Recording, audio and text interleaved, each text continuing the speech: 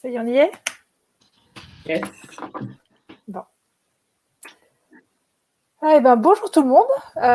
Merci de vous être connectés au webinaire de ce soir dont le thème, est le no-code et son impact environnemental. Voilà. Et donc, je pense que Colline, on peut directement passer sur l'intro pour voir un petit peu plus en détail de quoi nous allons parler aujourd'hui. Ça marche. Voilà. Alors, voilà. C'est bon. Du coup, on va parler de no-code. Pas de surprise.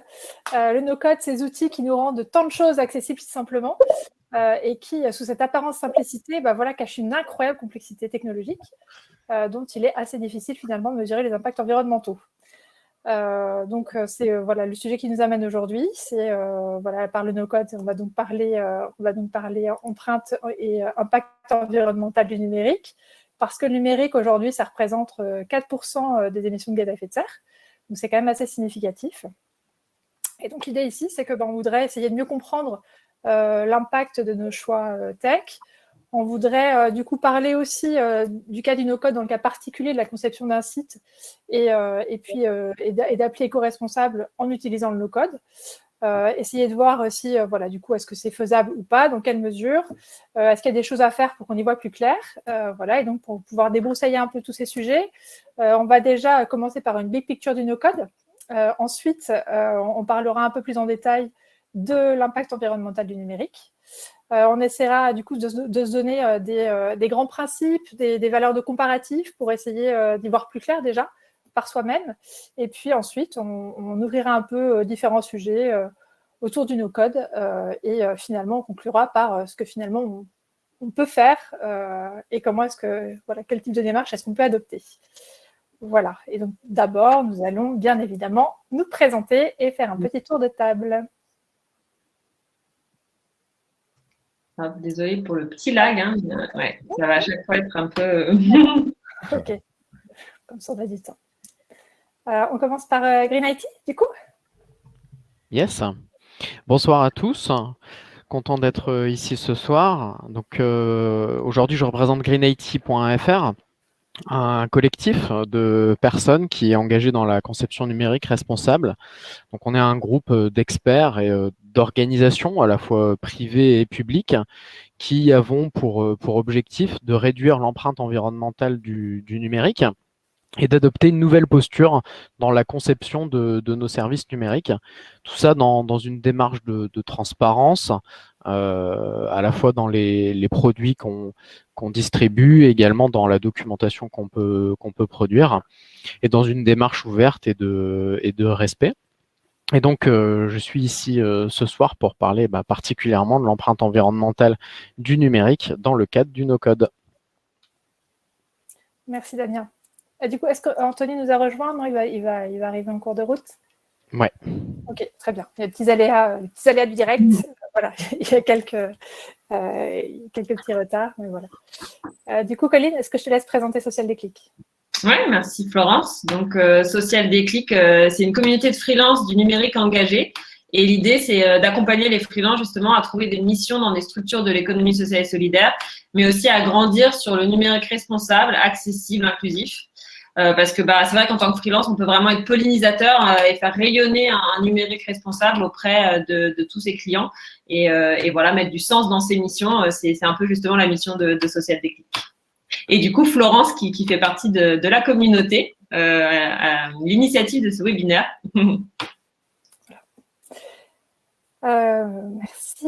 Du coup, Erwan.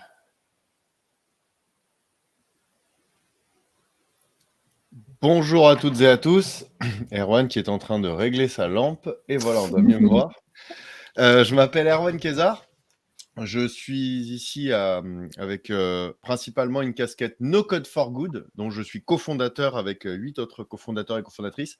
No Code for Good, notre objectif, c'est de mettre les outils no code au service des projets à impact social ou environnemental. Comment? En mettant en relation des projets des ESS, des associations qui ont besoin de s'équiper en site, en appli, en outils numériques pour mieux travailler, et des experts et des expertes no-code solidaires qui sont prêts à travailler bénévolement ou à tarif préférentiel. Et aussi, une autre mission de No Code for Good, c'est d'organiser des hackathons pour aider des projets, de sensibiliser, mais aussi de questionner les outils no code en tant que phénomène, enfin, en tant que quantité économique. Parce que c'est très beau, le no code, ça démocratise plein de choses, mais n'empêche qu'aujourd'hui, ce sont surtout des entreprises privées à but lucratif qui pourraient peut-être devenir les GAFAM de demain et qui potentiellement aussi peuvent avoir un fort impact environnemental. Donc voilà, c'est aussi pour ça qu'on co-organise avec grand plaisir cette table ronde. Et par ailleurs, je suis cofondateur de Contournement qui propose des formations au no-code pour les personnes non techniques notamment. Merci Erwan. Et donc Anaïs va nous rejoindre probablement. Et Anaïs, oui, j'étais en train de regarder si elle nous rejoignait. Normalement, Anaïs Paresotto va nous rejoindre. Donc, comme elle ne peut pas se présenter, je le fais pour elle. C'est donc quelqu'un qui est à la base développeuse en code et qui travaille de plus en plus sur le no-code et qui, du coup, a co-organisé côté No Code for Good cet événement et qui est experte de l'éco-conception aussi. Donc, elle sera surtout là pour les questions-réponses. Très bien. Merci Erwan. Et du coup, Romain, Benoît, à vous de vous présenter. À toi l'honneur, Benoît. Bonsoir à tous. Benoît Petit, je suis fondateur d'Hublot. Donc dans cette activité, je travaille à aider les entreprises à mesurer, à comprendre et à réduire l'impact de leurs services numériques sur le climat. Et je suis également membre d'un groupe de travail qui s'appelle Boa Vista, qui vise à proposer des méthodes et des outils ouverts, open source, pour la mesure d'impact des services numériques, justement. Avec Romain, d'ailleurs.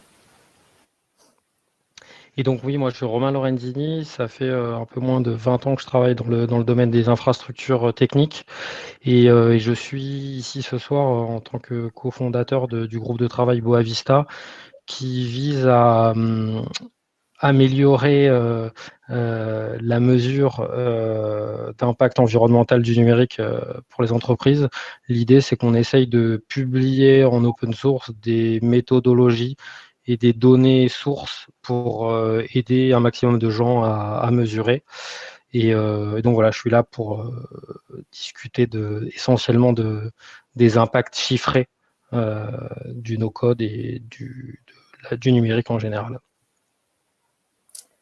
Merci Romain, merci Benoît. Eh bien, du coup, on va pouvoir rentrer dans le vif du sujet avec du coup Erwan qui va du coup nous donner une vision un peu plus précise du no-code. Ouais, je vais passer la slide. Juste petite précision, du coup, on a prévu quand même une bonne demi-heure de temps d'échange et de questions. Donc, si vous avez des questions, n'hésitez pas à le mettre justement dans l'onglet questions. On y reviendra par la suite. N'hésitez pas à les mettre dans le chat, à mettre dans les questions et comme ça, on animera après la bonne dernière demi-heure, 45 minutes justement avec vos questions et les échanges. Et en plus, il y a un truc qui est super avec ce module questions, c'est que vous pouvez voter les questions qui vous intéressent le plus, qu'on traitera en priorité. Donc, n'hésitez pas aussi à voter. C'est un super outil, il faut en profiter. Du coup, le no-code. Le no-code, c'est un mot dont on entend de plus en plus parler, un peu à tort et à travers, parfois et même souvent à tort d'ailleurs.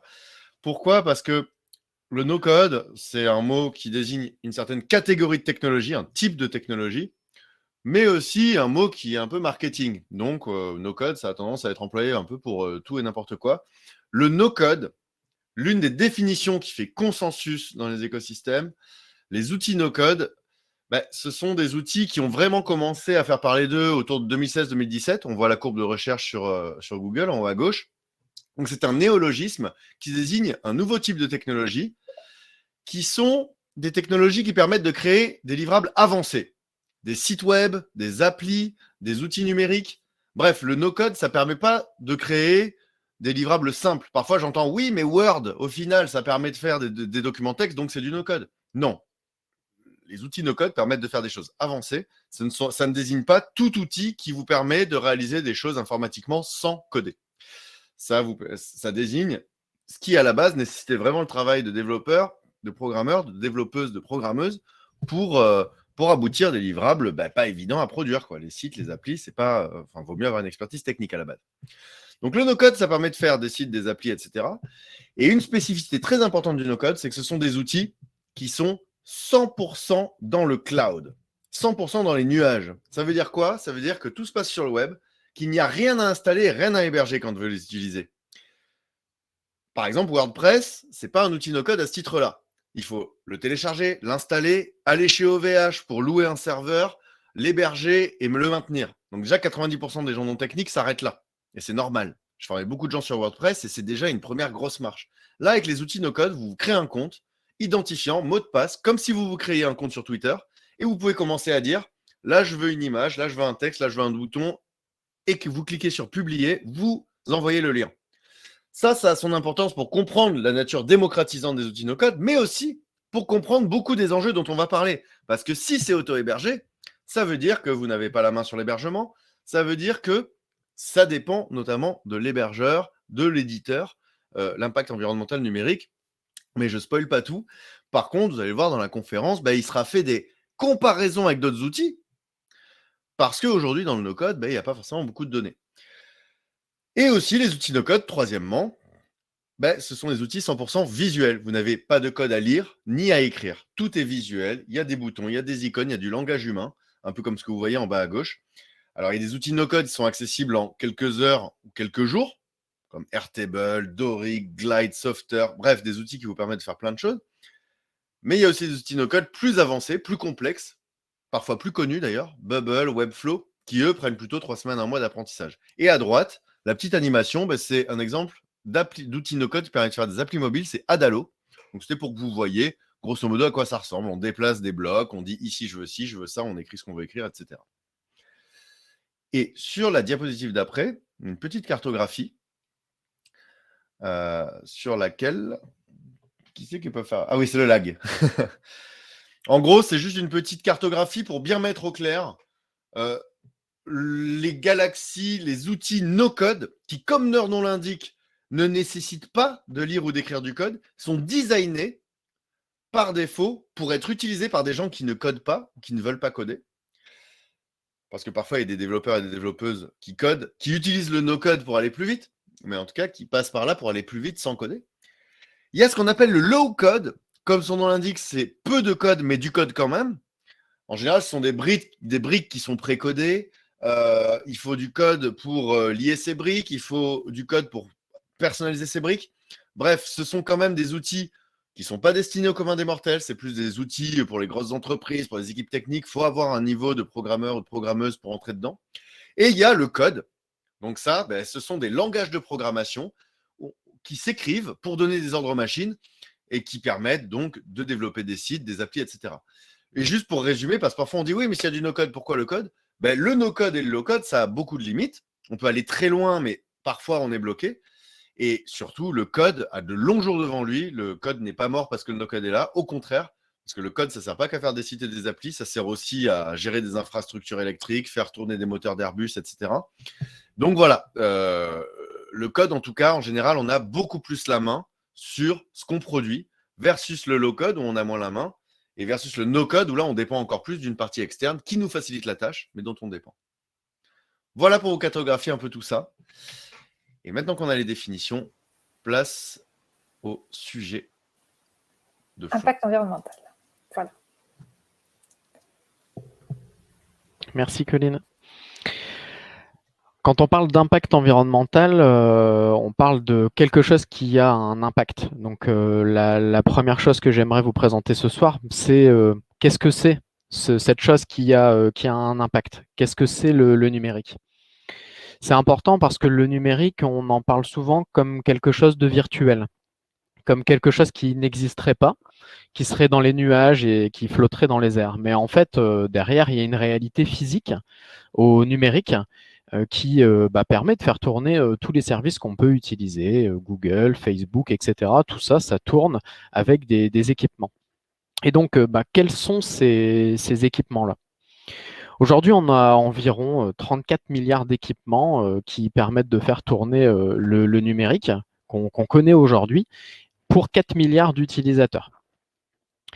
Parmi ces 34 milliards d'équipements, vous en connaissez certains, par exemple ceux qu'on utilise aujourd'hui pour cette conférence-là, des ordinateurs, des téléphones, des tablettes, etc. Donc des équipements que vous utilisez. Il va y avoir des équipements qui sont dédiés à des parties spécifiques du numérique. Par exemple, le jeu vidéo, c'est une partie spécifique. Ou par exemple, dans la médecine, on va avoir des équipements qui vont nous permettre d'aider des patients, etc. Et des plus petits équipements comme des souris, des clés USB, des choses qu'on manipule au quotidien. Parmi tout ça, qu'est-ce qu'on a? Les gros volumes, on va dire. On a 3,5 milliards de smartphones, encore 3,8 milliards de téléphones plus classiques, comme on a connu avant les smartphones, plus de 3 milliards d'écrans, 20 milliards d'objets connectés, donc tout ce qu'on appelle l'IoT, Internet of Things, donc tous ces petits appareils qui vont être déployés, par exemple, dans votre chaudière pour permettre à la chaudière d'envoyer des données, dans votre installation électrique pour permettre à votre fournisseur d'électricité de voir combien vous consommez, etc. Tous ces petits équipements-là. 10 millions d'antennes relais. Alors, c'est des antennes qui vont vous permettre, par exemple, de capter la 3G, la 4G, la 5G, maintenant, le réseau téléphonique, etc. Et 67 millions de serveurs. Ce qu'on voit dans ce slide-là, c'est qu'on a beaucoup d'équipements côté utilisateur. On a cité les types de téléphones, on cite les écrans, on cite également tout ce qui va être IoT. Et finalement, peu d'équipements côté serveur. On en a 67 millions. Donc, il y a beaucoup plus d'équipements côté utilisateur que côté serveur. Alors, c'est vrai qu'un serveur, c'est plus gros et qu'il y a plus de choses dedans. Néanmoins, face à la masse qu'il y a en face, les serveurs font un peu pâle figure. Tu peux passer au slide suivant, Colline. Donc là, on a notre masse. On voit finalement qu'est-ce qui compose nos services numériques, hein, des serveurs, des écrans, du réseau qui va nous permettre de communiquer, etc. On a bien des éléments physiques qui composent notre informatique. Et donc, si on a des éléments physiques, une matérialité, hein, c'est que derrière cette matérialité, elle va avoir un poids environnemental comme toute chose.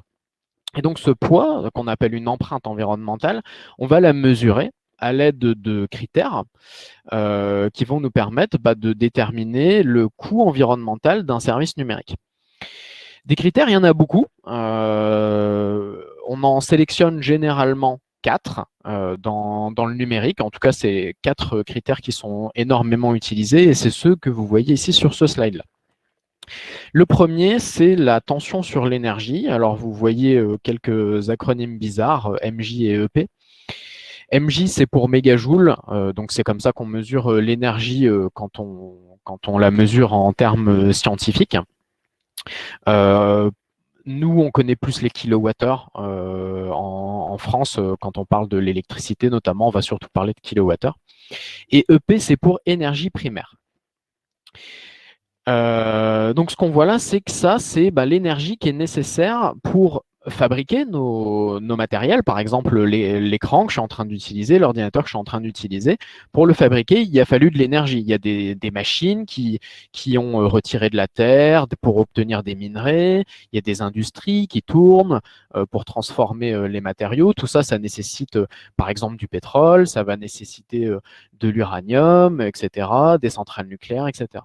On parle de cette énergie-là, à la fois à la fabrication et à l'usage. L'usage, c'est ce que vous voyez le plus, hein, l'électricité que consomme votre ordinateur et que vous payez à la fin du mois. Ça, c'est quelque chose que vous touchez du doigt au quotidien. Alors que l'énergie qui est nécessaire, qu'on appelle l'énergie grise, qui est nécessaire pour construire les matériaux, le matériel qu'on utilise au quotidien, ça, c'est quelque chose qu'on ne voit pas forcément sans avoir lu des études. C'est pas écrit sur le matériel que j'achète, l'énergie qui a été dépensée pour le produire. Donc ça, c'est le premier point, l'énergie. Évidemment, quand on parle énergie, on va penser au pétrole, au fait qu'on entende régulièrement qu'il y a des crises pétrolières ou qu'on a moins de pétrole, qu'on en redécouvre, etc. Le deuxième aspect dont on va parler, c'est le réchauffement global. Donc le réchauffement global, c'est ce qu'on appelle le réchauffement climatique, hein, et que globalement on traduit par les gaz à effet de serre qui sont présents dans l'atmosphère et qu'on mesure en kilos équivalent CO2. Alors non pas qu'il y ait que des CO2 en gaz à effet de serre, hein, il y en a d'autres, mais c'est l'unité qu'on utilise quand on parle des gaz à effet de serre.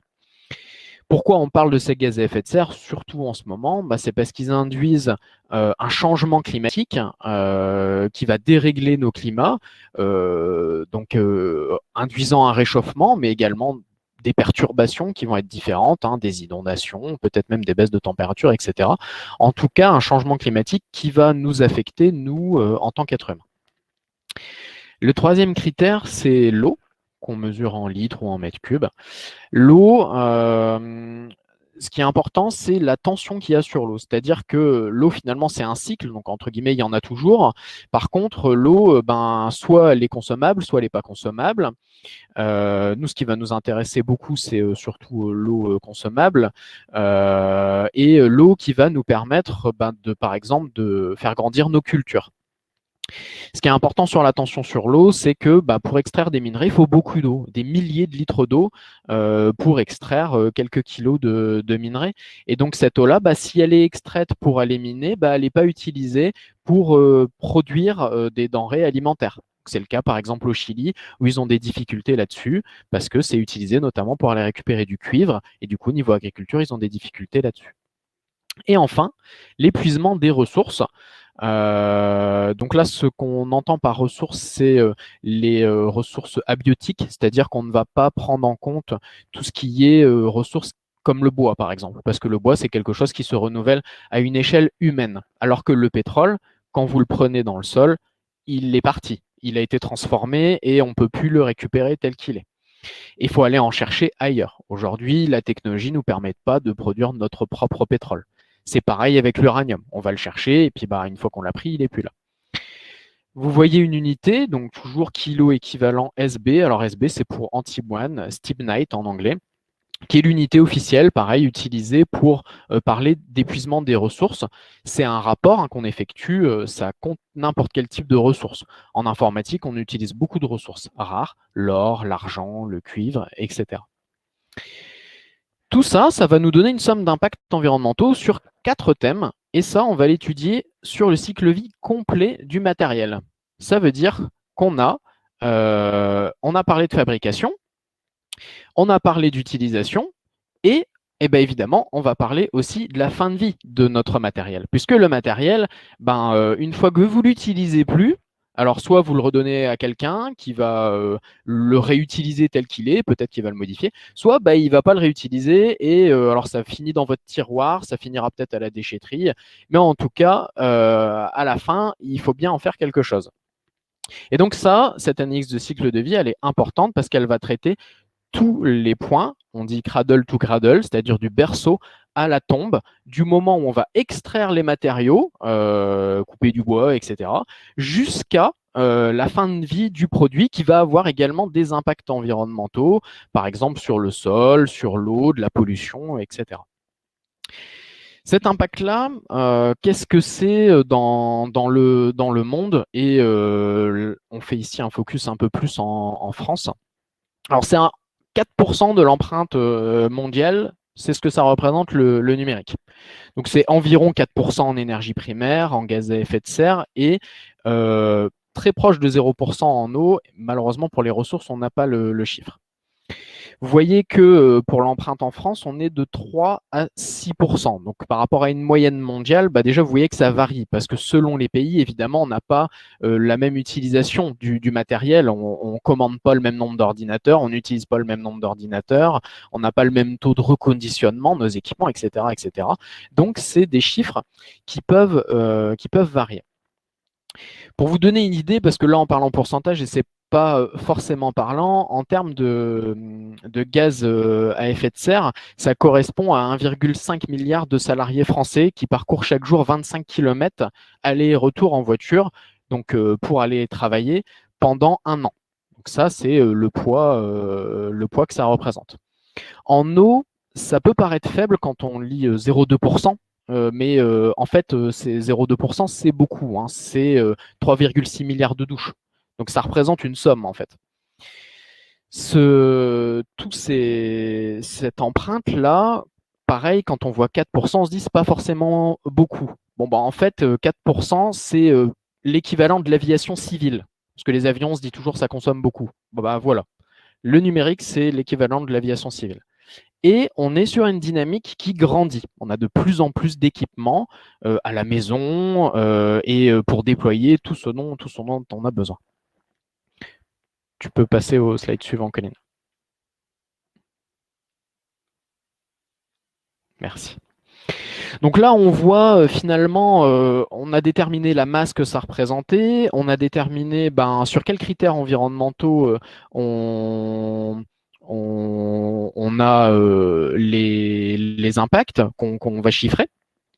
Et maintenant, ce qui nous intéresse, c'est de savoir finalement, nous, notre impact, on sait en termes de pourcentage ce que ça représente, mais sur nos équipements, finalement, qu'est-ce que c'est? Donc là, vous avez une notion de plus pour vous dire les éléments sur lesquels on va venir le plus impacter. Et on a divisé ça en deux, c'est-à-dire qu'on a la fabrication des appareils et la fabrication de l'électricité. On a divisé en deux parce qu'en fait, finalement, la fabrication des appareils, dans une analyse de cycle de vie, c'est ce qu'on appelle la fabrication. Et l'électricité, c'est plus à l'usage, l'électricité qui est utilisée pour faire fonctionner nos appareils. Et donc là, ce que vous pouvez voir, c'est qu'en termes d'énergie, on en consomme un peu plus finalement à l'usage qu'à la fabrication. Par contre, sur les gaz à effet de serre, c'est la fabrication qui a un impact beaucoup plus important que l'utilisation de nos services. Et c'est pareil sur l'eau et c'est pareil sur les ressources abiotiques. Donc ça, c'est un élément important finalement de voir que la fabrication, qu'on peut avoir tendance à ignorer, elle a un impact important, et que faire durer nos matériels, nos équipements est quelque chose d'important. Et quand on voit qu'un téléphone, ça peut durer 2 ou 3 ans en moyenne de durée de vie à l'utilisation, ce serait peut-être bien qu'on la fasse durer, puisque finalement, la fabrication de ces appareils a été potentiellement plus coûteuse que son utilisation, parce qu'en plus, on l'utilise pas très longtemps. Tu peux passer au slide suivant. Donc là, finalement, on a nos impacts, on a une idée de quels critères environnementaux on utilise. Alors, on utilise ceux-là parce qu'ils sont particulièrement prégnants. On pourrait en utiliser d'autres, par exemple, sur la fin de vie des équipements qui sont mis dans des décharges et qui vont libérer des substances dans la terre, qui vont polluer la terre. On pourrait aussi utiliser des notions par rapport à l'humain, des humains qui vont être en contact de toxicité, etc. Donc tout ça, c'est évidemment des critères qu'on va prendre en compte, mais là, je vous ai présenté les 4 principaux.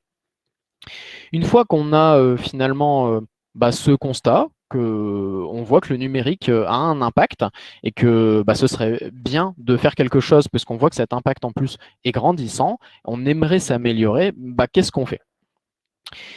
L'une des réponses qu'on a à ça, c'est ce qu'on appelle l'éco-conception, donc le fait de concevoir nos services numériques pour qu'ils soient responsables, notamment en termes environnementaux, mais aussi sur des parties éthiques, sociales, etc. Les 3 piliers du développement durable.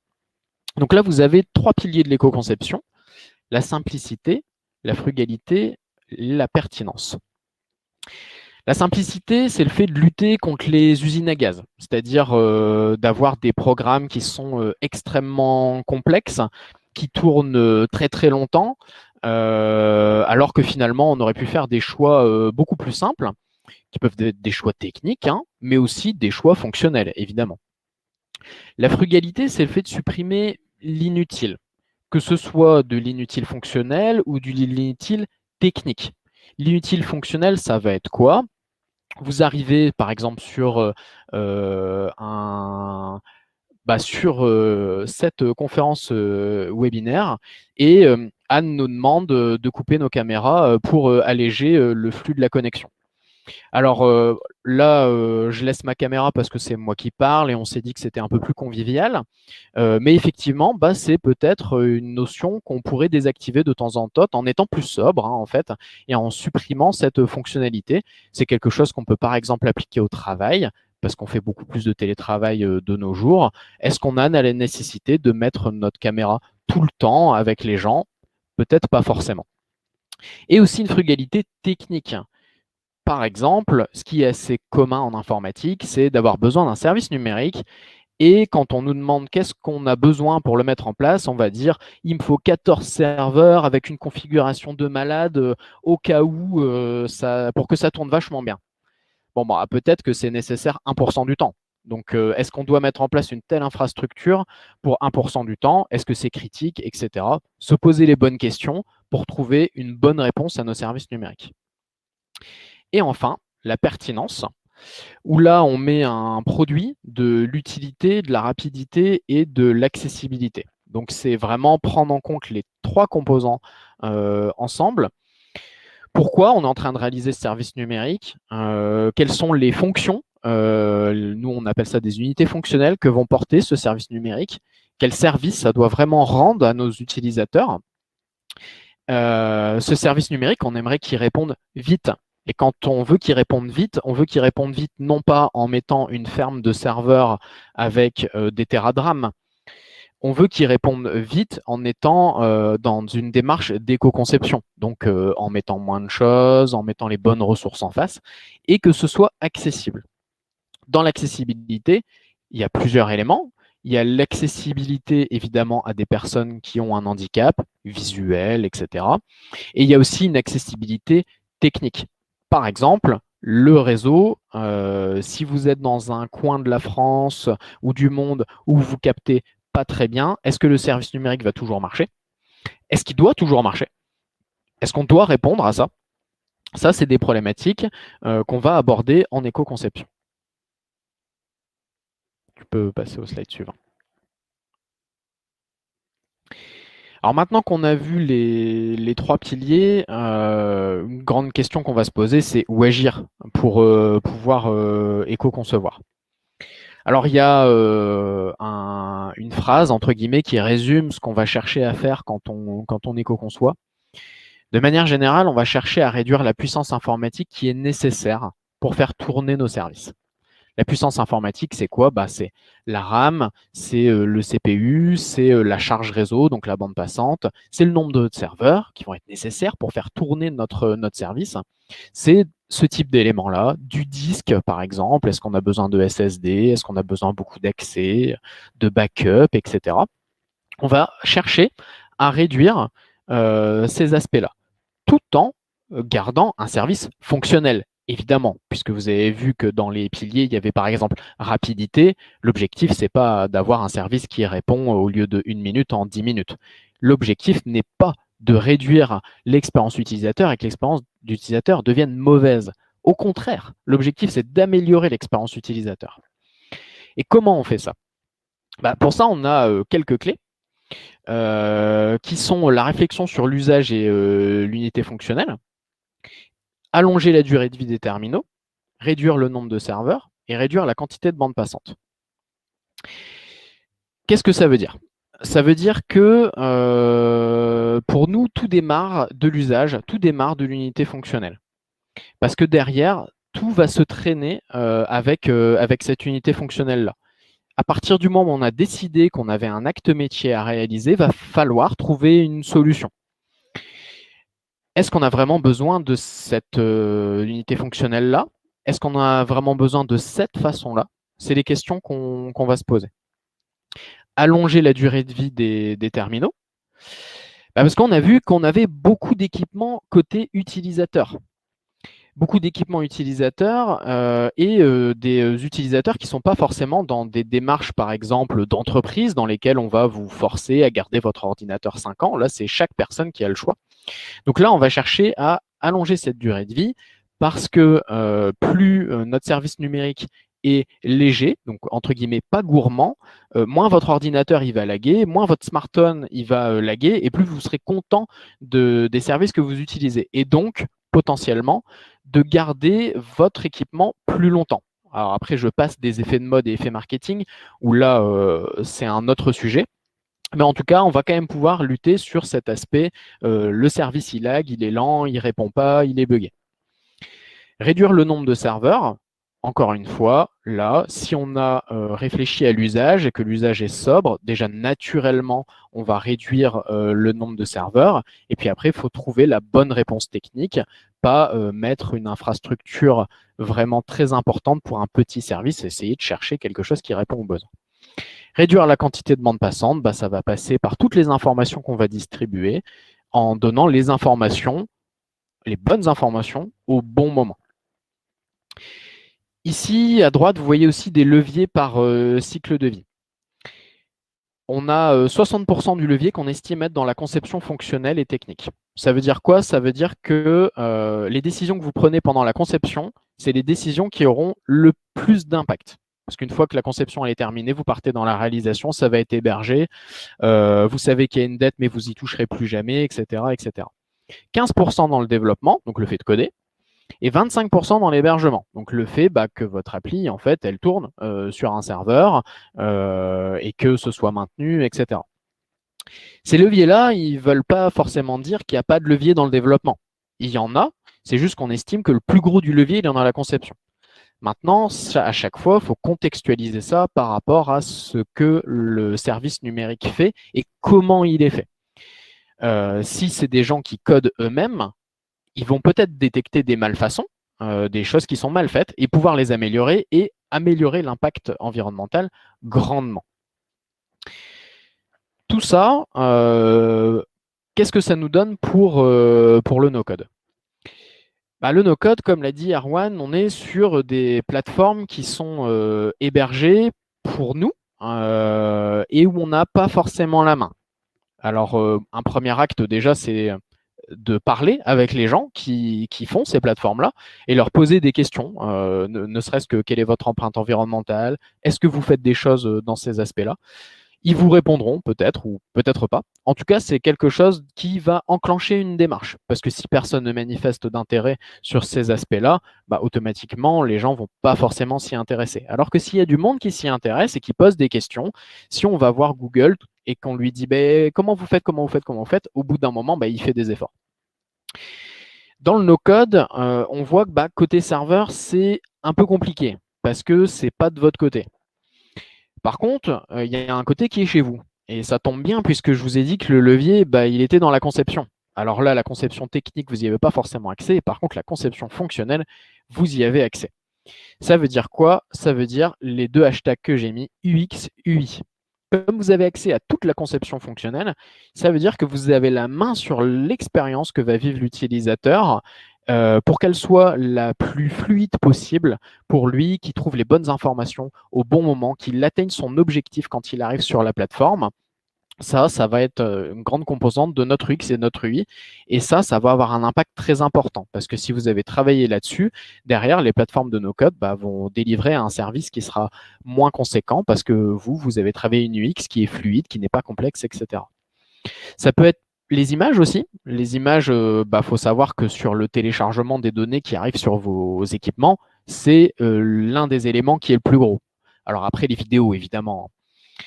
Tout ce qui est images, vous avez l'occasion de les optimiser, qu'elles aient une taille qui soit correcte par rapport au terminal de l'utilisateur. Ça ne sert à rien d'afficher une image comme ça, avec une résolution de photographe sur un téléphone qui fait cette taille-là. Donc ça, vous allez pouvoir travailler dessus. Il y a des optimisations techniques, évidemment, côté images, qui sont possibles. Comme dans les plateformes de no-code, vous avez la possibilité de les uploader. Ça veut dire soit que la plateforme de no-code, elle optimise pour vous l'image, soit, si vous ne savez pas si elle le fait, vous pouvez le faire en avance et optimiser vous-même l'image en la compressant, etc., etc. Les polices d'écriture, tout ce qui va être police, également, c'est intéressant. Si vous utilisez des polices standards qui sont utilisées par les navigateurs, c'est un téléchargement qui ne se fait pas. Et tout ce qui est contenu, évidemment, la vidéo, c'est le contenu le plus lourd. Aujourd'hui, le trafic Internet, c'est essentiellement de la vidéo, YouTube, Netflix, etc. Et c'est un contenu qui est lourd, c'est un contenu qui bouge, rempli d'images, etc. Donc ça, si vous pouvez agir dessus pour ne pas charger les vidéos par défaut, par exemple, que ce soit la personne qui le déclenche, pour l'afficher uniquement quand l'utilisateur il le souhaite, ou parce que ça a une pertinence à ce moment-là du parcours client, etc., c'est des éléments qui vont beaucoup aider. L'emailing également, tout ce qui est envoi d'email, si vous envoyez des millions d'emails tous les jours, tout ça, ça a un poids. Comment vous envoyez l'email? Est-ce que ça contient de l'image? Est-ce que c'est du texte brut? Est-ce que toutes les personnes sont vraiment la bonne cible de vos emails, etc. Tout ça, c'est des questions intéressantes à se poser et qui vont vous permettre finalement d'améliorer votre empreinte environnementale, puisque un email qui n'est pas envoyé, automatiquement, il n'a pas d'empreinte environnementale.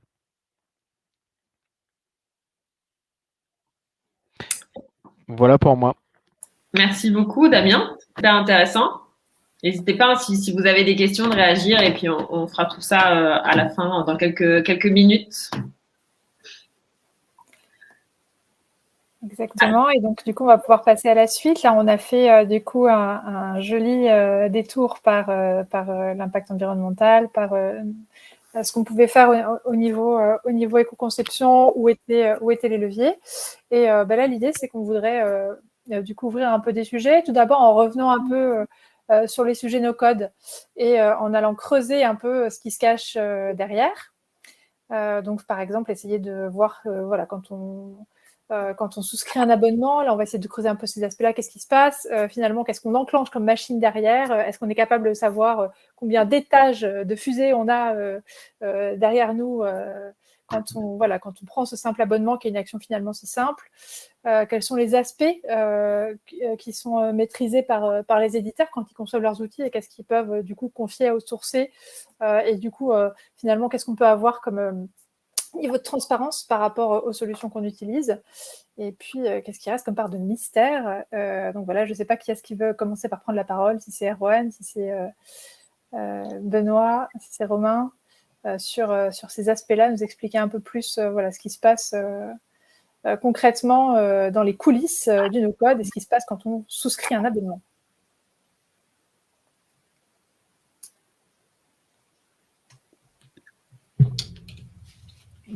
Techniquement, quand on souscrit un abonnement, il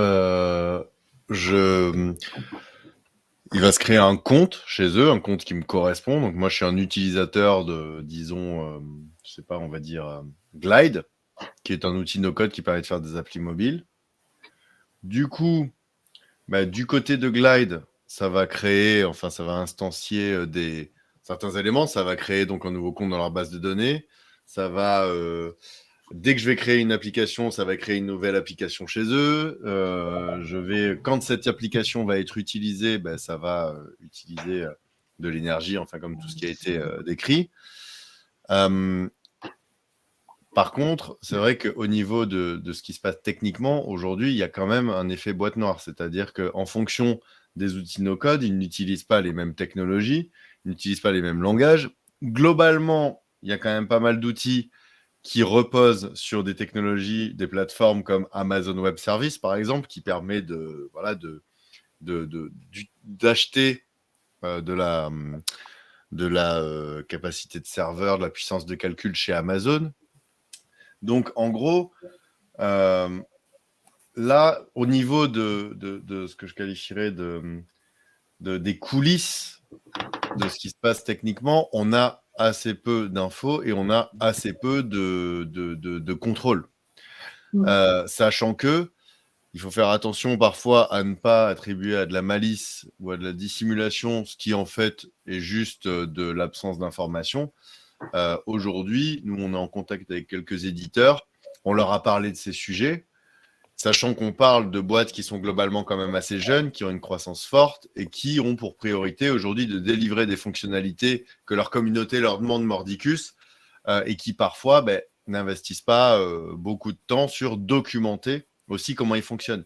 Il y a Notion qui est intéressant. Notion qui est un outil de base enfin, ça permet de créer des espèces d'espaces de travail, de sites internes, d'intranet tout en un. C'est extrêmement flexible, puissant. C'est vraiment très intéressant comme modèle. Et eux documentent beaucoup ce qu'ils font sur l'impact environnemental numérique. Je ne suis pas un expert du tout. C'est plutôt Anaïs qui l'est chez No Code for Good. Mais du coup, ils documentent. Donc, j'imagine que ce seront des éditeurs qui auront certainement une propension à parler de ça. Mais quand on parle à des éditeurs, ils nous disent que c'est un sujet sur lequel ils aimeraient écrire, pour certains, sur lesquels ils aimeraient communiquer, mais qu'aujourd'hui, ils n'ont pas forcément… c'est pareil, sur les questions de RGPD aussi, c'est des choses sur lesquelles ce n'est pas forcément leur priorité, parce que aussi, ces outils, souvent étant américains, leur marché, c'est le monde, et du coup, sur le RGPD, par exemple, l'Europe, c'est un pays comme un autre, j'ai envie de dire, sans mauvais jeu de mots. Mais du coup, voilà, faut se mettre aussi dans la perspective de ces outils qui, parfois, ne le font pas pour dissimuler leur impact, mais plutôt parce que c'est un sujet non prioritaire pour eux. C'est aussi l'objet de cette conférence, de pouvoir soulever le sujet. Et si on peut être à l'initiative aussi de plus d'interpellations sur ces sujets-là auprès des éditeurs, tous autant qu'on est autour de l'écran, bah, ça peut être pas mal. Mais voilà, en tout cas, la marge de manœuvre sur tout ça est vraiment très réduite en général. C'est pas comme quand on optimise ses serveurs, ces machins. Par contre, en front, bah, y a pas mal de bonnes pratiques qui ont été mentionnées, qu'on peut, bien sûr, dans la sobriété de l'éco-conception, sur laquelle on a la main. Mais voilà. Alors, je voulais réagir par rapport à ça. On est d'accord qu'ils ne sont pas très transparents. Maintenant, sur la partie data center serveur, l'argent, c'est le nerf de la guerre pour eux. Et ils ont tout intérêt à réduire au maximum la consommation de ressources, la durée pendant laquelle leurs instances tournent. Donc, ils ont tout intérêt à optimiser ça. Et les cloud providers sur lesquels ils reposent ont eux aussi tout intérêt à optimiser pour des aspects financiers. Donc, on peut quand même se dire que sur la partie impact data center, il y a quand même de grandes chances pour que ce soit pas trop mal fait, et même plutôt que ça soit mieux fait que si on l'hébergeait soi-même sur une machine OVH ou pire dans un data center ou une salle serveur à nous. Après, c'est plus sur la partie front qui a été abordée, où là, effectivement, on voit souvent qu'ils ont des CSS assez lourds. On peut difficilement les customiser, et c'est vrai que c'est du coup plus sur la partie front qui les impacte peu financièrement qu'il y a des améliorations, je pense, à faire sur les outils no-code.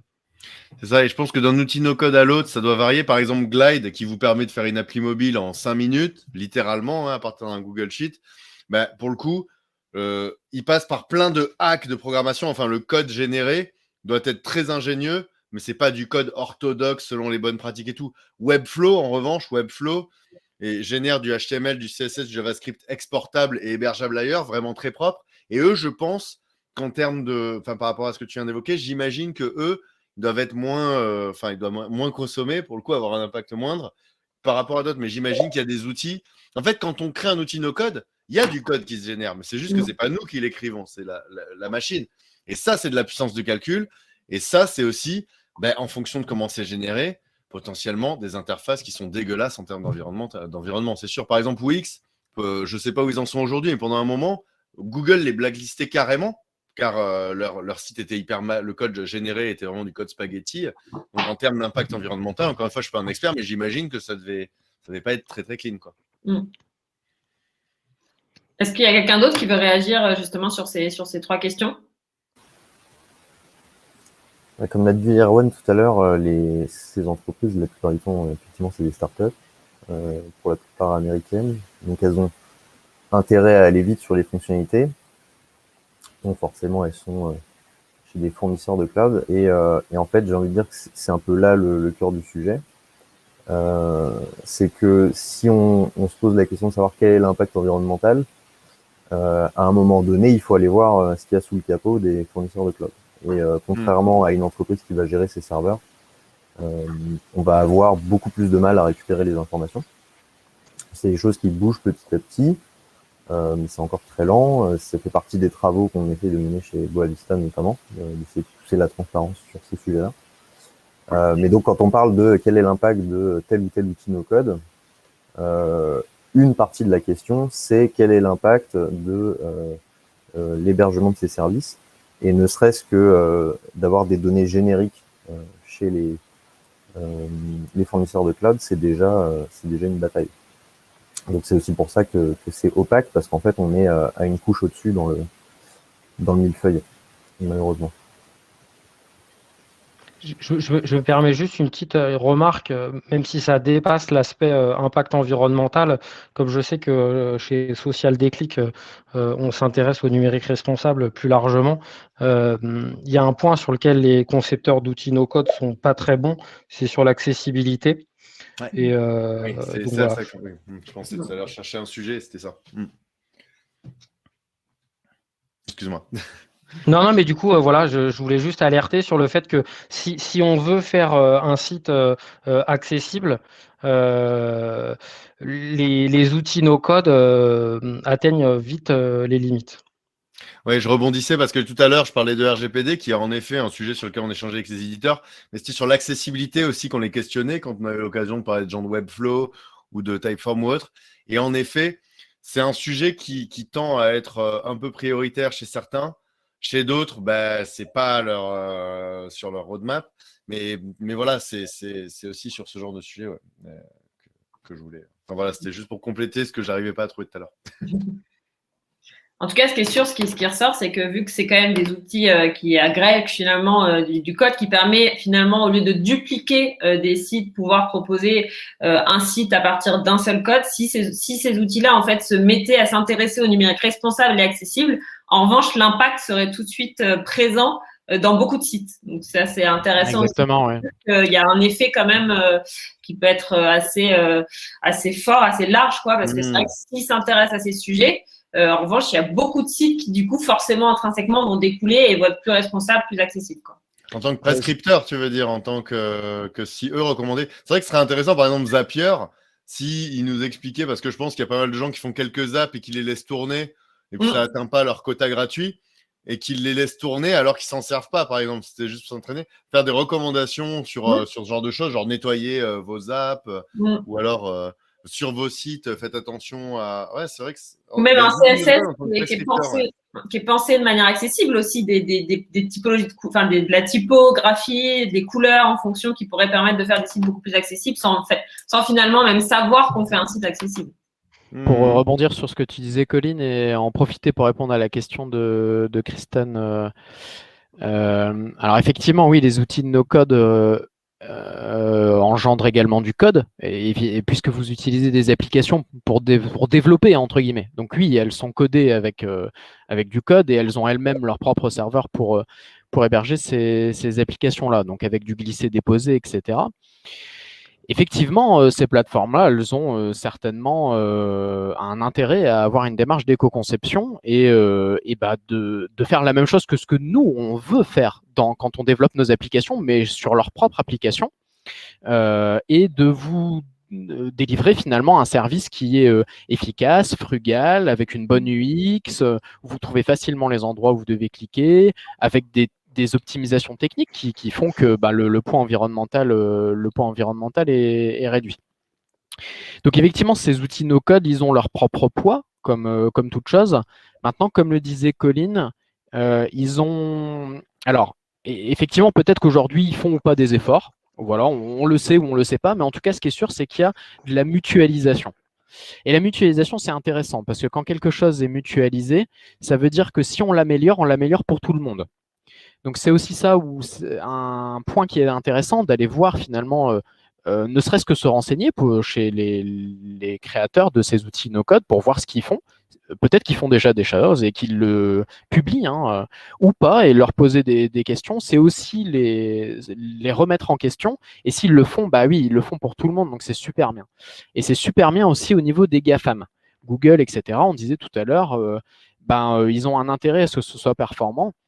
Bah oui, effectivement, ils ont un intérêt. D'ailleurs, Google, dans ses data centers, a l'une des meilleures efficiences énergétiques au monde, qui n'est aujourd'hui pas atteignable par des data centers français parce qu'on n'a pas ces moyens-là. Eux, c'est leur métier.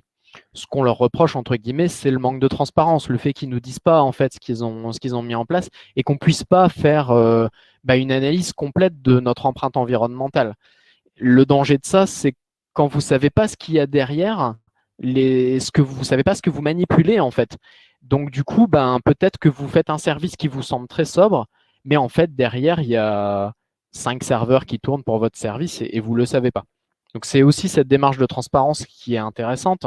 C'est si vous savez ce qu'il y a derrière, vous pouvez mieux apprendre à le manipuler en fin de compte. Tout à fait.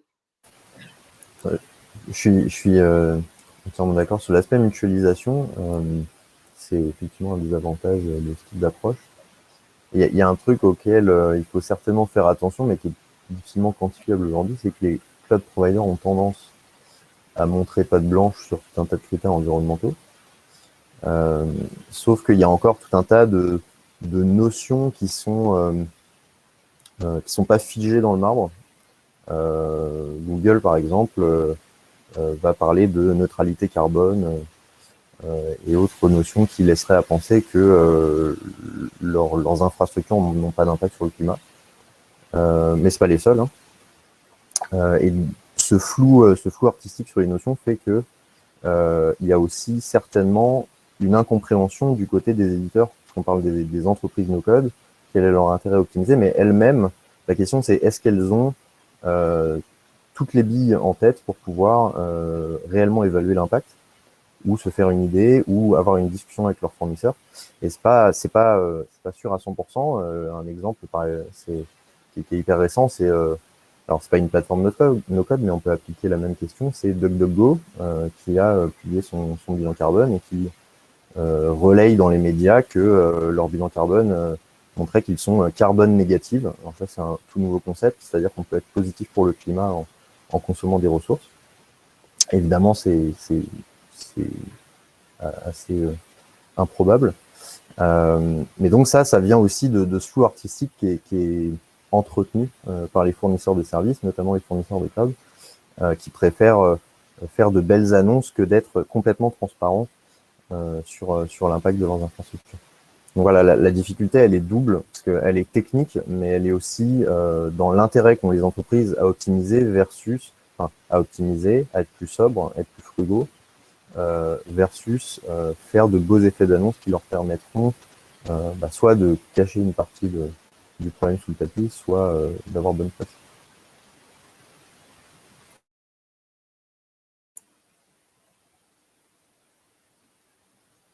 Je réagis à la question de Fanny. Ouais. Au-delà des concepts génériques, est-ce qu'on a des moyens d'évaluer notre utilisation d'un outil no-code? Alors, je voudrais m'assurer de la compréhension de tous à travers cette question-là. Il y a l'outil no-code que vous utilisez pour générer votre application. Et puis après, une fois qu'elle est générée, il y a l'application en elle-même qui va tourner et qui va rendre un service. Le fait d'évaluer l'empreinte environnementale de votre outil no-code, c'est bien, particulièrement pour les gens qui ont produit l'outil. Mais finalement, moi aujourd'hui, ce qui m'intéresse plus, c'est que nous, on soit acteurs. Et que quand on crée un service numérique avec un outil no-code, qui est hébergé, qui a un parcours utilisateur, etc., que ce soit nous qui trouvions des solutions sur ces aspects-là. Là, jusqu'ici, on a beaucoup discuté GAFAM, on a beaucoup discuté des plateformes qui nous offrent ces services-là de no-code. Et effectivement, qu'on a un manque de transparence, qu'on peut aller les challenger, etc. Mais je ne voudrais pas qu'on oublie qu'on a aussi, nous, notre part à faire, en fait. Et que quand on conçoit nos applications, qu'on les code nous-mêmes à la main en Java ou qu'on utilise un WordPress ou qu'on utilise une plateforme no-code où on fait du drag and drop pour développer l'application, à la fin, c'est notre application qui tourne et tout ce qu'on a pu faire pour améliorer la conception de notre site, tout ce qu'on a pu éco-concevoir, derrière l'application, si elle est consultée par 6 millions de personnes, c'est 6 millions de personnes qui vont aussi en bénéficier. Ça veut dire que si votre UX, elle est simple, efficace, pertinente, et que la personne, pour obtenir, elle a un objectif quand elle vient sur votre site, par exemple, être informée sur l'hôpital du coin, sur les services de cet hôpital-là, sur un service en particulier, si elle le fait en 10 minutes ou en 2 minutes, ça change toute la donne. Parce que c'est un impact environnemental c'est 10 minutes d'impact au lieu de 2 minutes. Donc, je veux vraiment qu'on se place en tant qu'acteur et se dire que ce qu'on développe, le fait qu'on utilise du no-code, ça ne nous déresponsabilise pas. Au contraire, il faut toujours qu'on soit responsable de ce qu'on fait et que toutes les pratiques où on a la main, parce qu'effectivement, ces plateformes-là, on n'a pas la main sur tout, bah, sautons dessus et profitons-en pour éco-concevoir ces éléments-là. Pour aller dans le sens de ce que tu dis, Damien, j'ajouterais que à vouloir pousser les vendeurs de no-code, solutions de no-code à éco-concevoir leurs solutions, on risque de les pousser à se focaliser sur les émissions de gaz à effet de serre, parce que c'est la mode. Et comme Damien l'a bien expliqué tout à l'heure, c'est loin d'être le seul problème, c'est peut-être même pas le pire quand on parle de numérique. Et donc, finalement, ça serait déjà compliqué de les obliger à se focaliser sur ce sujet-là. Et en plus, ça ne servira pas à grand-chose finalement. Donc, effectivement, je pense que c'est à nous, enfin à vous, à tout le monde, de bien penser à comment on développe, quelles fonctionnalités on ajoute dans nos applications.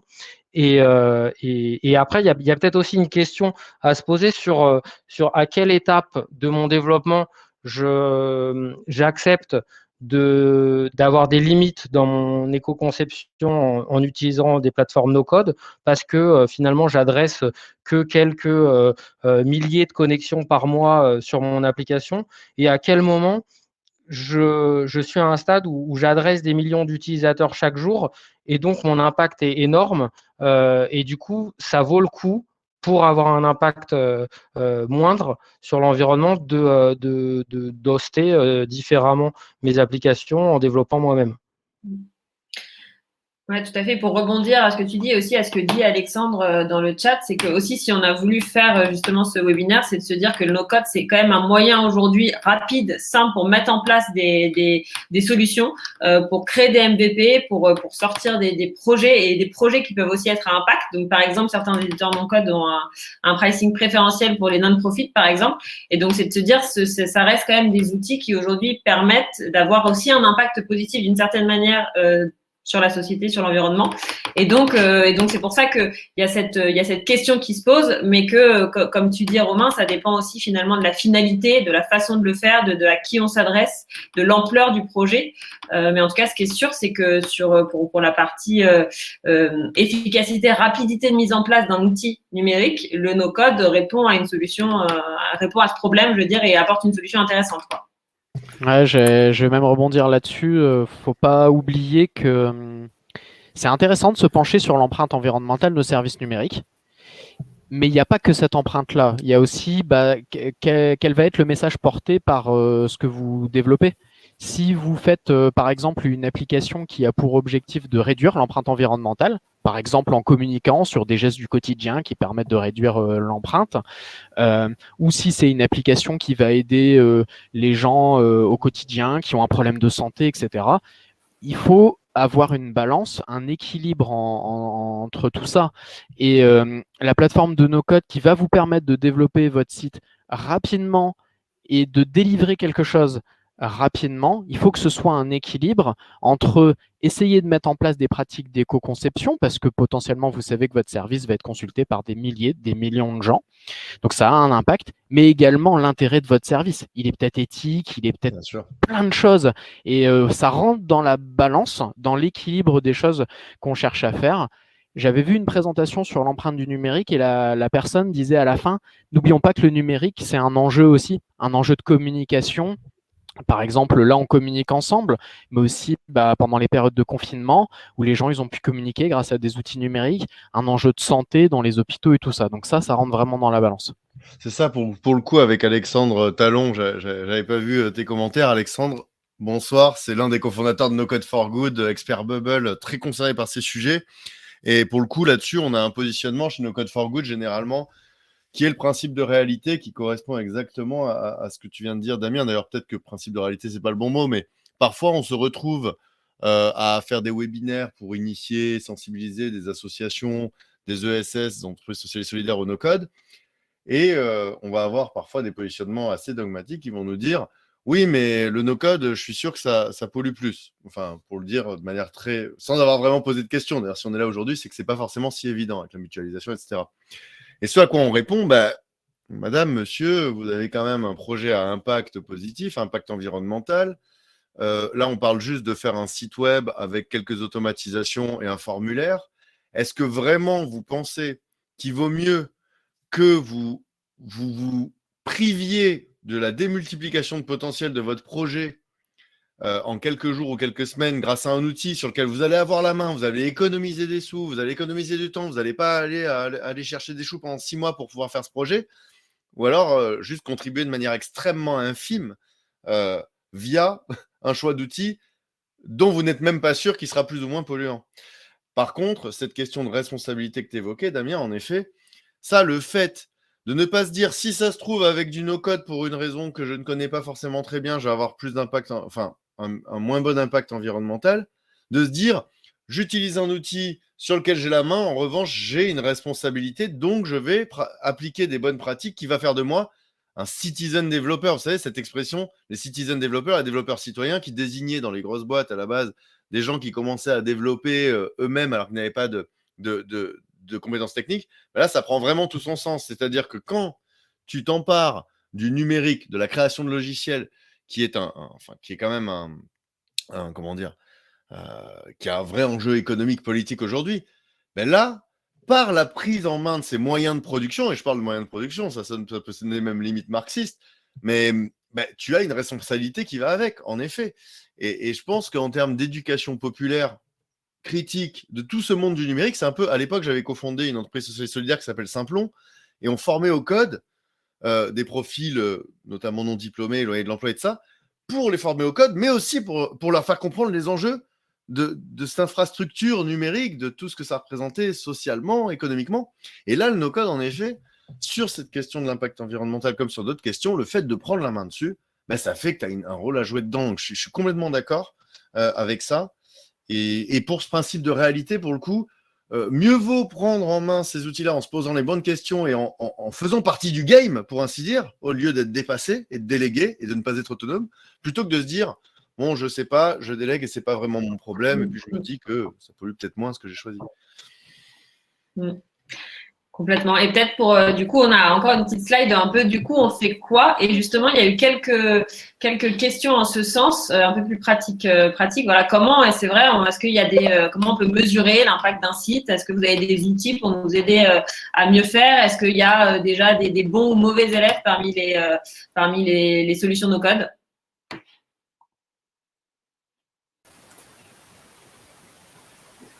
Non, franchement, je pense que c'est impossible aujourd'hui d'évaluer, se dire quel est l'impact environnemental de l'exécution d'un Zap sur Zapier.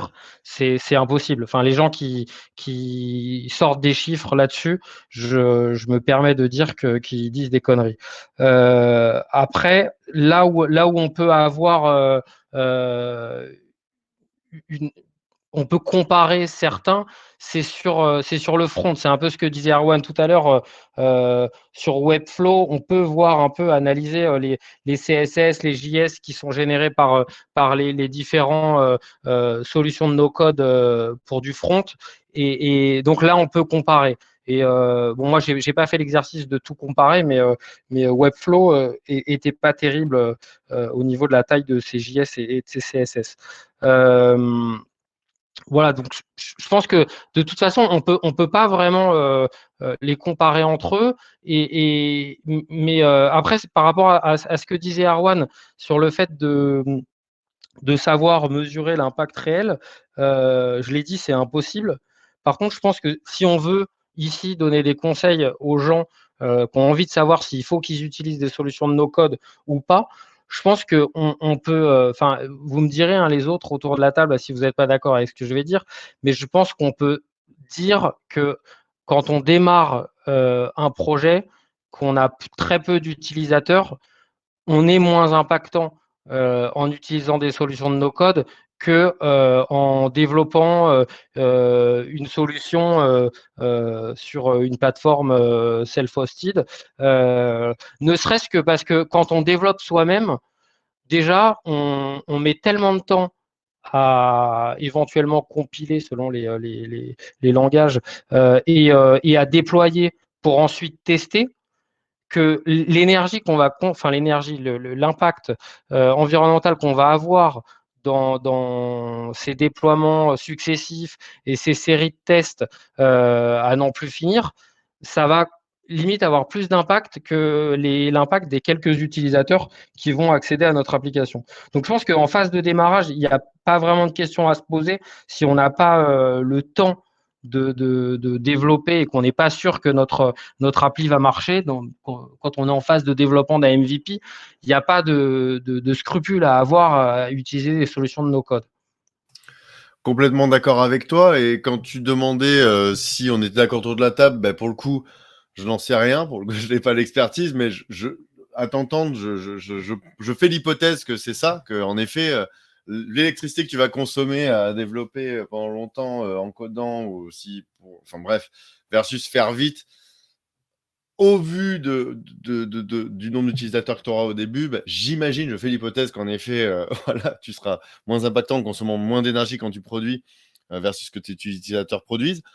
Et pour Webflow aussi, bah, voilà, pour le coup, je faisais une supposition tout à l'heure. C'est hyper intéressant, bah, ça peut être contre-intuitif. Je me disais que Webflow, étant donné que c'est hyper optimisé en termes de front, ça doit être moins énergivore et tu sembles dire que non. C'est vraiment intéressant Enfin voilà, ça montre bien qu'aujourd'hui, il n'y a pas assez d'infos et voilà, et que c'est, à mon avis, comme tu dis, quand tu disais ne pas avoir de scrupules le conseil qu'on donne souvent, et je sais plus qui tout à l'heure disait pensez MVP et ne surdimensionnez pas ce que vous construisez, je pense que c'est surtout là que ça se passe.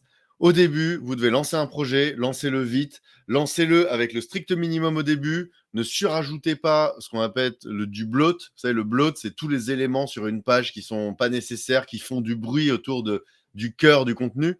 Vraiment, roulez léger, faites des skateboards, ne faites pas tout de suite des motos, fabriquez des skateboards en no-code, rendez service à vos utilisateurs, vos utilisatrices, et faites que la création de sites, d'applis, le numérique, même si ça laisse beaucoup d'impensés, le mot numérique, mais que ce soit un outil, que ce soit un facilitateur et non pas une contrainte. Parce que parfois, quand on se met des outils no-code entre les mains, on se met d'autres contraintes, d'autres pressions, de se dire oh là là, si ça se trouve, je vais mal faire. Allez vite, faites simple, roulez léger. Et en ce sens-là, vous rendrez service, à mon avis, à la planète et surtout à votre projet, quoi. Donc, je suis assez d'accord. Je suis assez d'accord avec tout ce que vous avez dit. Il y a juste un élément, un enjeu de fond, à mon sens, qui est quand même à garder en tête, c'est l'enjeu de la transparence. Et aujourd'hui, on a déjà du mal, comme on le disait tout à l'heure, à avoir des chiffres précis et fiables par rapport notamment aux fournisseurs de cloud, mais dans bien d'autres contextes. Et le seul enjeu que je vois auquel personnellement je fais attention, c'est la question de si les services que l'on utilise demain sont principalement basés sur du no-code, mais c'est pas pour viser le no-code en particulier, en fait, c'est le fait d'empiler de la complexité. Comment on fera demain pour avoir vraiment un avis en tant qu'utilisateur de ces plateformes, en tant qu'utilisateur des outils qui utilisent ces plateformes, comment on fera pour parler d'empreinte numérique et de balance positive et de balance négative. C'est déjà compliqué aujourd'hui. Et c'est pour ça, à mon sens, il a jamais, enfin, personnellement, pour moi, il n'a jamais été question de dire que le no-code, c'est mal. Au contraire, je suis d'accord avec ce que vous avez dit et ça apporte plein d'avantages.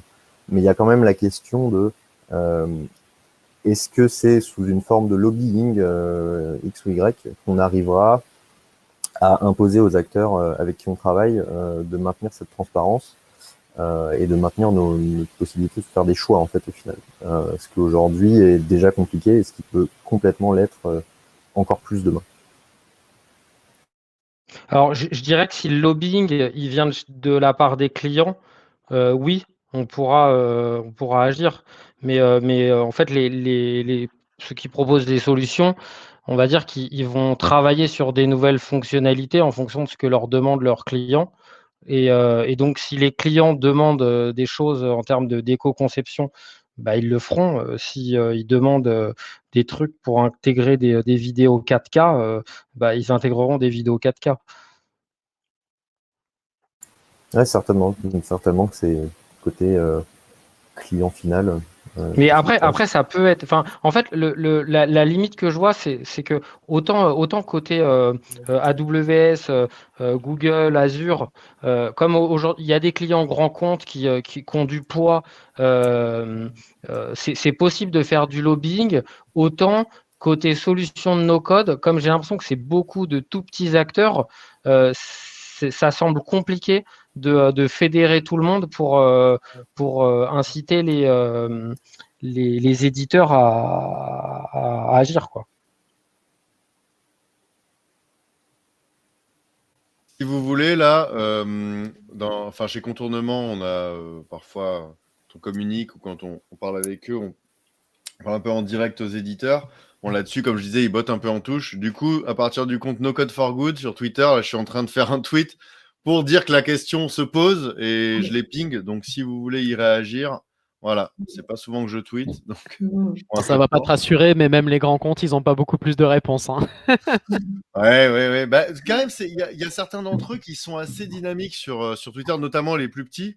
Mais au moins peut-être lancer la conversation. Mais en tout cas, c'est sûr que les Bubble, Webflow, quoique, ils sont quand même assez à l'écoute sur les réseaux sociaux.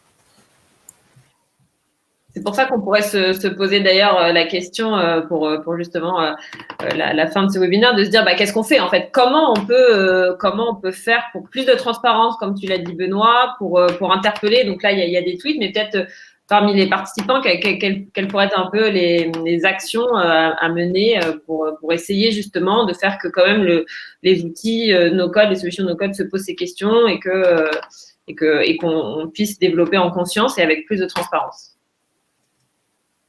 Sachant que, juste pour revenir du coup aussi faire le lien avec la question de Fanny là qui parlait de bons et de mauvais élèves, nous en fait notre volonté c'est pas du tout d'avoir du coup ce côté peut-être un peu moralisateur du coup on serait capable de dire lui il est bien, lui il est pas bien. On voit bien qu'on navigue dans un environnement complexe, que chaque avantage que chaque solution a ses avantages et ses inconvénients, et que ça va dépendre beaucoup du contexte, et que voilà, on est là plutôt pour essayer de se dire déjà que dans la relation on est deux, qu'il y a nous, l'utilisateur, et puis il y a les éditeurs, et donc finalement ce serait un peu facile de dire que les outils no-code sont bons ou mauvais parce qu'il y a aussi l'utilisation qu'on va en faire. Et il y a aussi du coup ce rôle d'acteur qu'on peut avoir en tant qu'utilisateur, d'aller chercher les infos, de demander la transparence et du coup et d'aller demander aussi peut-être du coup des meilleures pratiques aux éditeurs pour savoir comment optimiser l'utilisation des outils et aller du coup creuser ces aspects-là. Et c'est vraiment ce qu'on cherche à faire aujourd'hui, en tout cas sur le sujet. Sans parler de bons ou de mauvais élèves, dans les pratiques Green IT qu'on va mettre en place dans des entreprises, quand on cherche à faire quelque chose, on a un besoin pour pouvoir le réaliser. Par exemple, vous, je sais pas, moi je souhaite faire une application pour une association de cheval, et je me dis que pour faire ça, je vais utiliser un produit no-code. Et ça, c'est ce qu'on appelle une politique d'achat au final. Parce que ce que vous faites, c'est acheter. Alors, vous achetez pas une voiture, vous achetez un service, alors qui peut être gratuit avec des fonctionnalités plus ou moins intéressantes. Peut-être que vous allez payer pour avoir plus de fonctionnalités. En tout cas, vous avez une démarche de mise en concurrence. Ça veut dire que quand vous devez développer votre application, vous avez le choix entre plusieurs plateformes de no-code. Et dans ce choix-là, vous avez des critères qui sont conscients ou inconscients. Le critère le plus évident, ça va être l'argent. Et le critère financier est important. Et dans une démarche Green IT, ce qu'on va encourager les gens à faire, c'est d'inclure des critères environnementaux dans le choix finalement de votre plateforme no-code.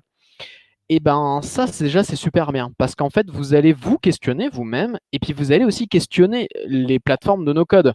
Il y avait une question dans le chat sur les hébergeurs. Il y a des hébergeurs qui mettent en avant des principes environnementaux plus avancés que d'autres. Et donc, dans cette démarche, finalement, vous allez, dans votre esprit, mettre en concurrence des acteurs qui n'ont pas forcément conscience de cette concurrence-là, avec des critères Et vous allez leur en parler potentiellement de ces critères-là. Dans le chat, on blaguait en disant qu'on allait assaillir le support en leur posant des questions. Qu'est-ce que vous faites? Qu'est-ce que vous faites? Mais finalement, dans votre démarche, c'est ce que vous allez faire. Vous allez poser des questions et vous allez sélectionner un outil avec différents critères. Et l'idée, c'est d'incorporer un certain nombre de critères environnementaux, pas tous, hein, mais bon, voilà, des critères, comme on disait, hein, commencer par le skateboard et pas la Ferrari. Commencer à inclure ces critères-là et automatiquement, il va y avoir une sélection concurrentielle qui va se faire parce que si tout le monde met en place dans sa recherche d'outils ce type de critères-là, automatiquement, vous allez avoir tendance à prendre des décisions qui seront peut-être différentes. Alors, aujourd'hui, pour contrebalancer ce que tu dis, aujourd'hui, le gros point noir là-dessus, il faudrait faire une stat précise, mais je serais prêt à parier un billet qu'il y a à peu près 95% des outils no-code qui sont sur AWS. Ça se vérifie assez facilement, il suffit d'aller voir les offres d'emploi des différentes plateformes. Si vous allez regarder les offres d'emploi techniques de chez Bubble, c'est pour de l'Amazon. Et a priori, c'est le cas pour en tout cas les plus connus. Et donc, le problème de pousser vers un choix plus responsable, c'est qu'il faut qu'il y ait un choix à un moment donné. Alors, il y aura toujours des choix sur la conception de la plateforme no-code elle-même, etc. Bien sûr, il y a plusieurs leviers. Mais en tout cas, sur des grands choix structurants comme ça, c'est aussi pour ça que je parlais de transparence tout à l'heure, c'est que moins on a de transparence, plus on a de monopole.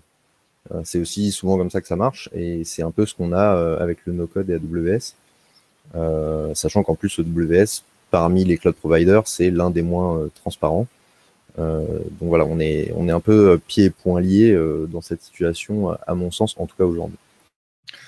Ça, par contre, en fait, à la fois sur cette question de ces engagements, du levier d'acquisition que ça pourrait être pour ces outils, à la fois, je me dis que l'un des dangers, c'est le greenwashing dont parle Dominique dans le chat, et je me dis que ça ressemblerait quand même plus à un argument de vente communicationnel qu'à vraiment un engagement. Je pense que ça se sentirait, mais je pense que déjà, ce type d'engagement, c'est surtout chez les gros outils que ça pourrait avoir un réel impact. Parce que là, entre Bubble, Webflow et Airtable et d'autres outils plus petits, il y a quand même des mondes en termes de volume. Hein. Après, bon, il y a plein d'outils no-code qui sont en train de sortir, qui seront certainement beaucoup plus gros dans un an. Mais là, on parle vraiment d'une myriade d'outils qui sont de volumes d'utilisateurs très, très différents. En revanche, le fait que ce soit des outils B2C et qu'il y ait quand même une sensibilité accrue aujourd'hui sur ces sujets, je me dis que ça pourrait potentiellement quand même peser dans des choix d'achat, sachant que globalement, je pense que les personnes qui sont dans les technologies sont quand même conscientes que ce n'est pas forcément le choix de leur outil no-code qui va leur permettre d'avoir un gros impact environnemental. Je dis ça notamment parce que parfois, même quand il nous arrive de rencontrer des grandes entreprises, il y a des grandes entreprises qui tout de suite vont nous dire on est super engagé sur l'impact environnemental numérique, et que c'est vrai que quand ils parlent des démarches qu'ils prennent, tu te dis oula, je pense qu'il y a quand même beaucoup de démarches RSE qui seraient plus prioritaires que celle-ci. Donc, ce que je veux dire, c'est que là, je dis pas qu'il faut ou qu'il faut pas.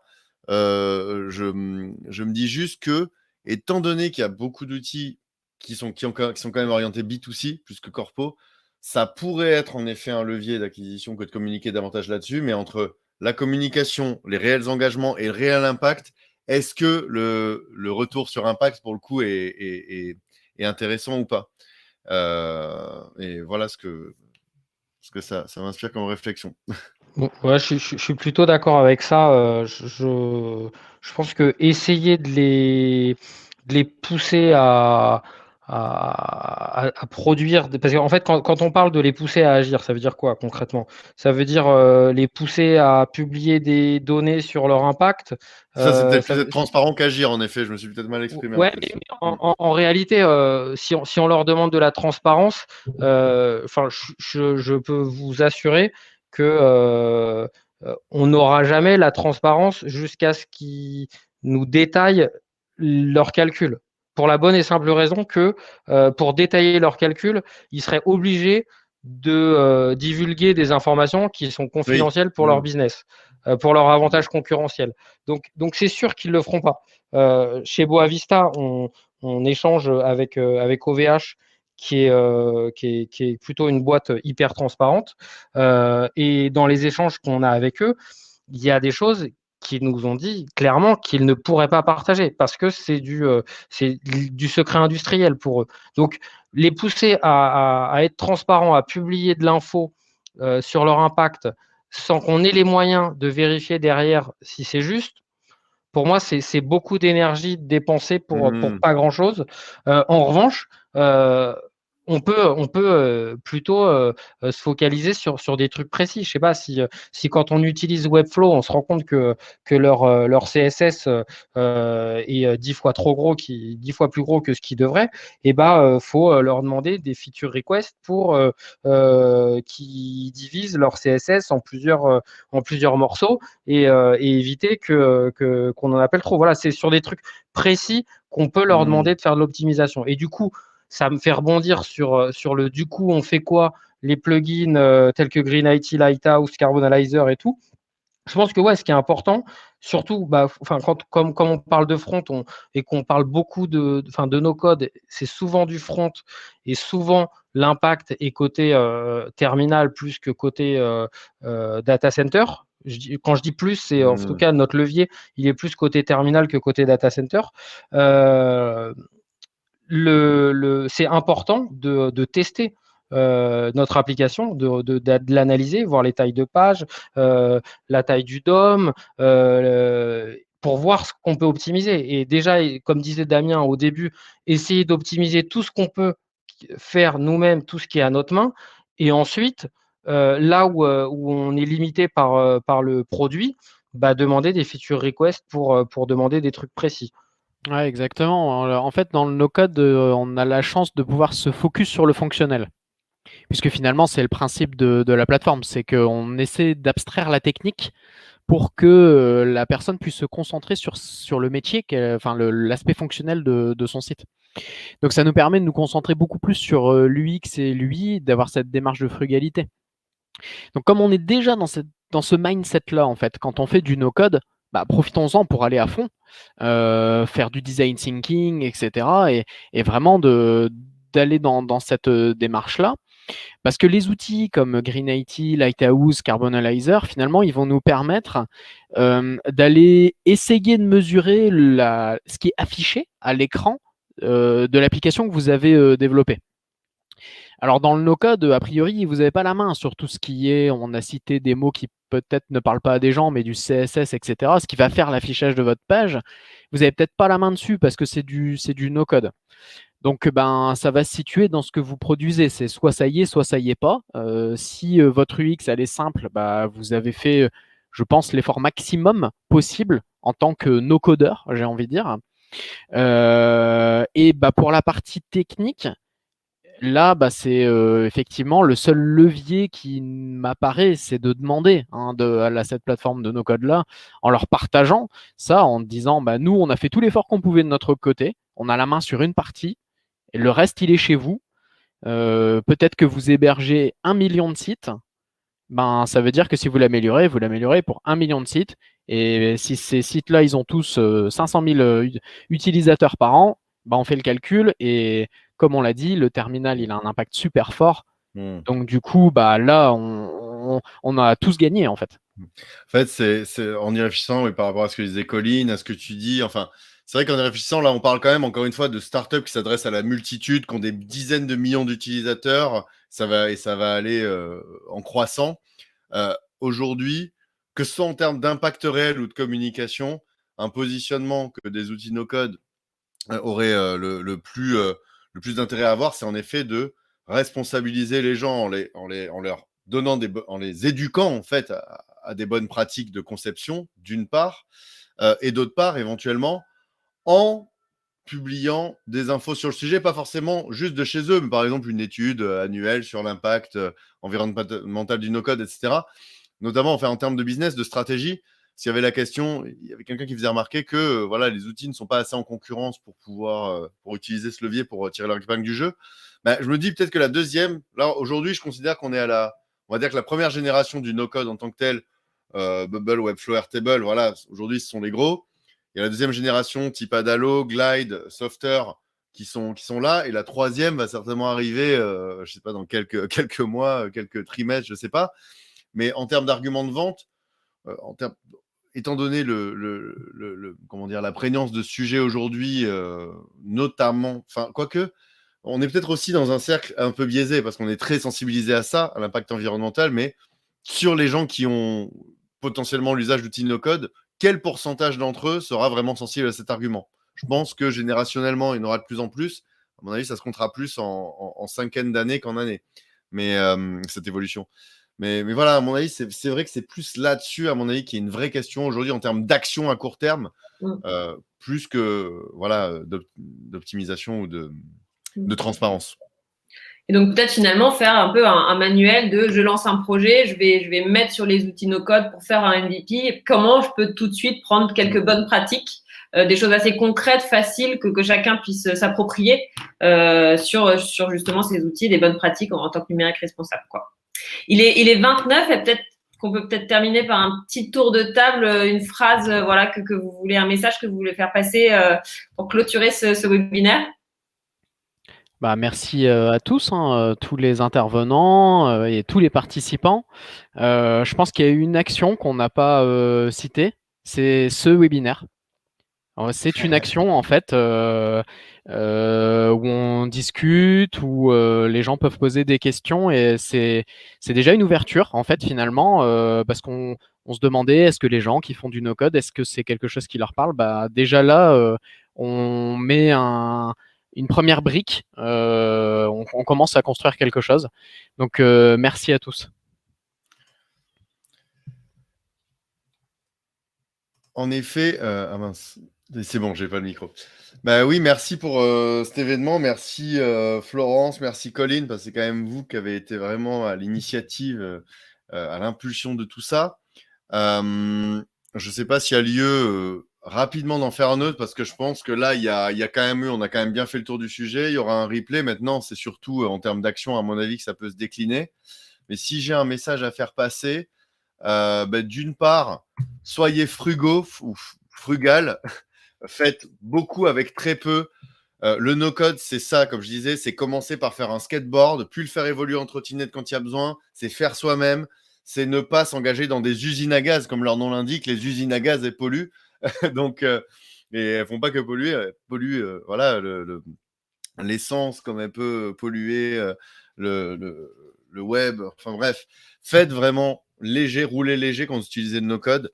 Faites vous-même et voilà, si vous voulez contribuer à des projets à impact socio-environnementaux avec, c'est encore mieux. Mais déjà, rien qu'en utilisant bien ces outils-là, rendez-vous service à vous-même. Et pour vous rendre service à vous-même, c'est souvent en roulant léger, en faisant des skateboards que ça marche plutôt que des motos. Et je vous mets le petit tweet qu'on a adressé là. Peut-être que si on rebondit dessus et tout, ça attirera des attentions. Je sais qu'en général, il y a quand même des éditeurs qui répondent. On verra.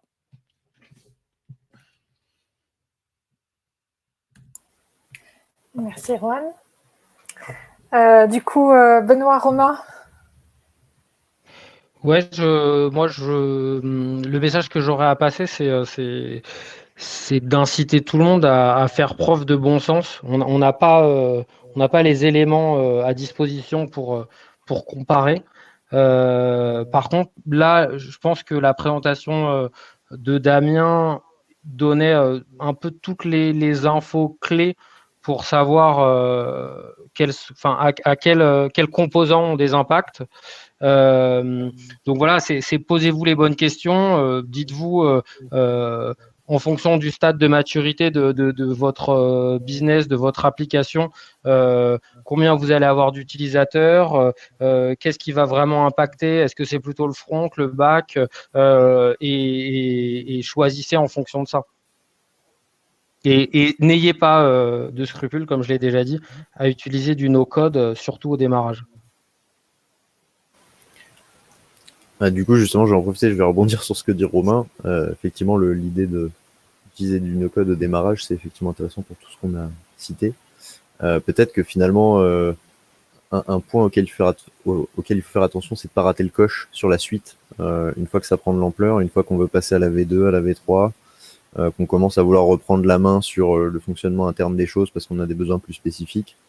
Peut-être que c'est là aussi que ça se joue et que c'est là où il faut se repencher sur des questions de mesure et de comparaison. Et là, heureusement, du coup, il y a un peu plus de données disponibles et un peu plus de choses à faire. Et je vous remercie pour le webinaire. Merci Benoît. Du coup, Anthony, tu n'as pas eu l'occasion forcément de parler, mais est-ce que tu voudrais rajouter un petit mot de conclusion à tout ça? Oui, désolé pour l'arrivée tardive qui fait que je me suis tu. Mais ma conclusion est simple et effectivement, c'est ce que je mettais rapidement dans le chat. Il y a Erwan qui évoquait le fait que sur les grands acteurs, ils puissent être un peu plus contraints à l'éco-conception. N'oublions pas que c'est un levier de performance d'usage et donc de différenciation. Et donc, le plus de petits acteurs éco-concevront leurs services, le plus on aura effectivement un équilibre économique aussi. Je conclurai juste en disant ça. Et bravo à tous les intervenants et merci pour les échanges. Merci Anthony. Alors moi, je vais rajouter mon petit mot de la fin aussi. Moi, je vais vous dire merci beaucoup autour de la table de nous avoir suivis pour tous ces échanges intéressants qui vont, on l'espère, du coup, pousser un passage à l'action. Merci à vous qui êtes venus du coup participer au webinaire parce que finalement, sans vous, nous, on n'est pas grand-chose.